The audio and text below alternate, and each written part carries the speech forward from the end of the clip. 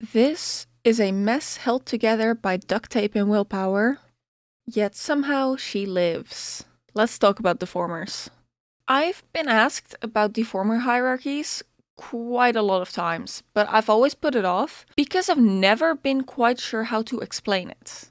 The way I personally set up my deformers is entirely vibes based. If the outcome is pretty, we did something right. If it doesn't, we fucked up. But let's talk about the basic logic first. Bear with me. Deformers are called parent deformers and child deformers. Parent deformers are the ones that are sitting on top, child deformers are the ones that are sitting beneath it. Parent deformers affect what all of the deformers underneath are doing. It sets the shape, and then the child deformer sets another shape within the parent deformer shape. I know it gets a little bit complicated. Just we're still here, right? We're still here? Okay. But a child deformer does not affect what the parent deformer does. So typically, you'll want the deformers for big movements on the top and the deformers for smaller movements within the big movements at the bottom. That way, we can have this tail swing and still mess with all of this, and it won't break. If, for example, I put the tail swing as the child deformer of the tail size, let me show you how we do that. We move that in. We move that in here. And we put this in here. Now look what happens if we put the smaller movements on top of the bigger movements.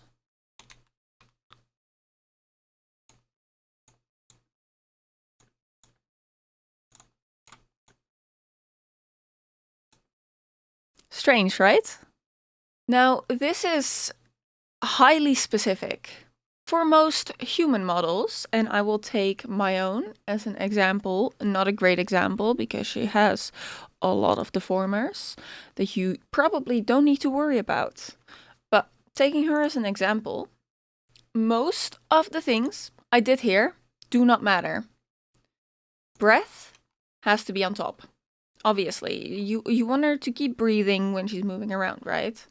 But there are a lot of things in here that you will not see the difference in, realistically. The general rule, though, is that you'll want movement, basic movement, on top of physics. The physics should be underneath the basic movement. But if in any occasion that doesn't look right to you, try switching them around. See how that looks.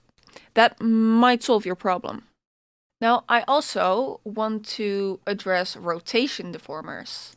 Because rotation deformers are a little bit different than regular deformers.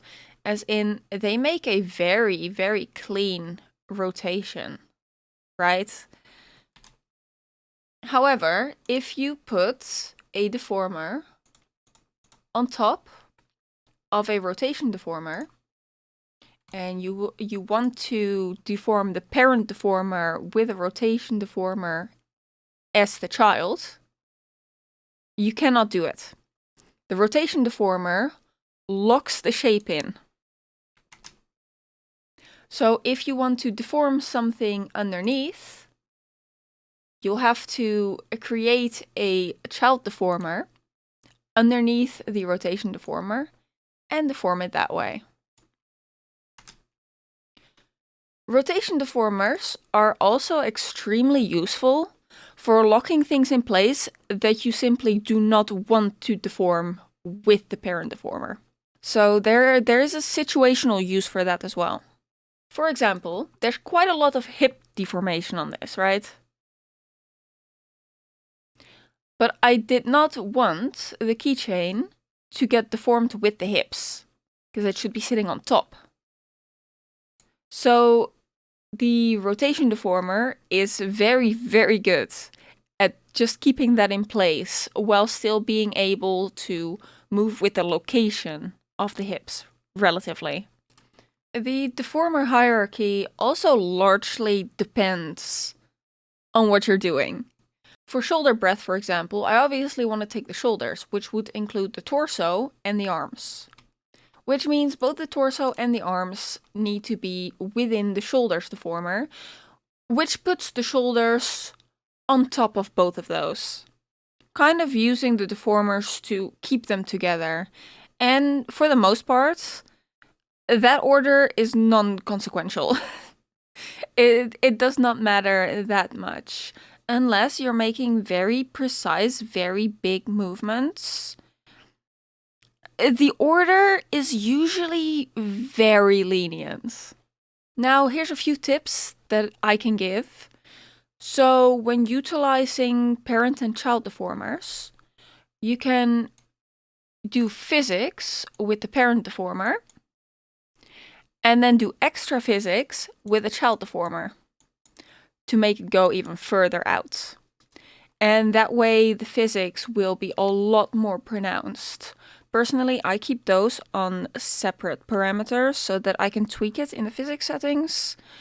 But that is entirely up to you. Another thing is that you need to be careful when working with more complex rigs, because your deformers can randomly move around. They can be somewhere completely different and you'll never even notice until something breaks. It's happened to me so many times, and I'm pretty sure it's because you can move them from the project window. So be very careful with that. You could accidentally end up moving them. And then the last tip I can give you is that it's best not to do detail work on parent deformers. For example, when you're working on the head, if you want to move the head around, instead of moving the face sideways by taking all of the facial features and the head and doing this, I'm doing this very fast. But instead of doing that, let me get that back to normal. You should make child deformers for facial features. Like the nose can be moved and deformed separately. And the eyes can be moved and deformed separately. The mouth, move and deform separately. So it is better to move the child deformers rather than the parent deformer when it comes to detail work. Otherwise, you are going to run into some real problems if you want to make small adjustments to specific parts later, because the parent deformer affects what the child deformer does. So, I think that is it for this video.